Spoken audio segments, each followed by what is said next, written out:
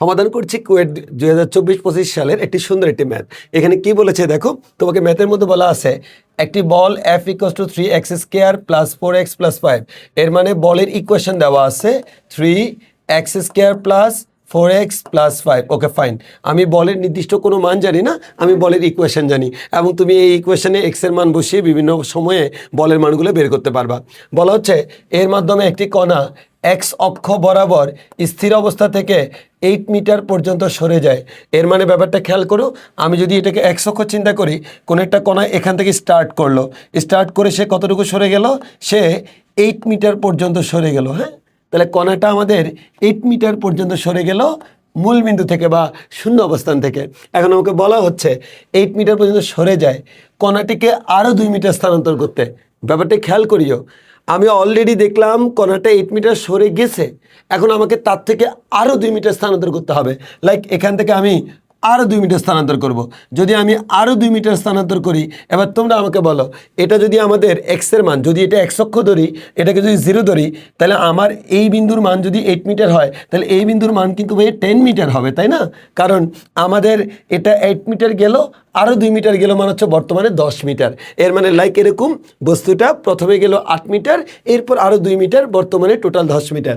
এখন তোমাকে বলা হচ্ছে কণাটিকে আরও 2 মিটার স্থানান্তর করতে অতিরিক্ত কাজের পরিমাণ নির্ণয় করো। খেয়াল করিয়ে বাবা, তোমাকে কিন্তু সব কাজ বের করতে হবে না। অতিরিক্ত কাজ মিন্স 8 মিটার থেকে 10 মিটার পর্যন্ত নিতে যে কাজটা করতে হয়েছে সে কাজটা তোমাকে বের করতে হবে। তাহলে আমি যদি বলি এই 8 মিটারের ক্ষেত্রে x এর মান কত, 8 মিটার, 10 মিটারের ক্ষেত্রে x এর মান কত, 10 মিটার। এখন তোমাকে এখান থেকে বের করতে হবে কৃতকাজ। তো আমরা জানি কৃতকাজের অনেকগুলো ফর্মুলা আছে, কিন্তু কৃতকাজের যদি কখনো ইকুয়েশন দেওয়া থাকে, তাহলে তোমাকে অরিজিনাল ক্যালকুলাসের ইকুয়েশনটা ইউজ করতে হবে। সো ক্যালকুলাস দিয়ে তুমি কি জানো, W হচ্ছে ইন্টিগ্রেশন অফ f dx। এটা হচ্ছে আমাদের কৃতকাজের ফর্মুলা, এবং এই জায়গায় আমাদের এই dx দ্বারা বোঝাচ্ছে আমি x এর সাপেক্ষে ইন্টিগ্রেশন করব।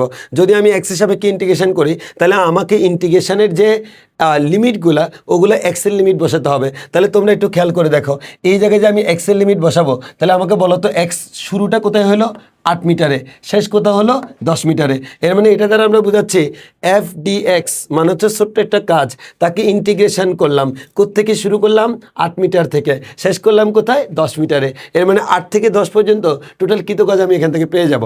এবার যদি আমরা একটু ক্যালকুলেশন করে দেখি, তাহলে আমরা এখান থেকে যে জিনিসটা পাবো, এখান থেকে W সমান আমরা বলতে পারি ইন্টিগ্রেশন অফ 8 to 10। তাহলে আমরা এখান থেকে এবার f এর ইকুয়েশনটা বসাই দিই।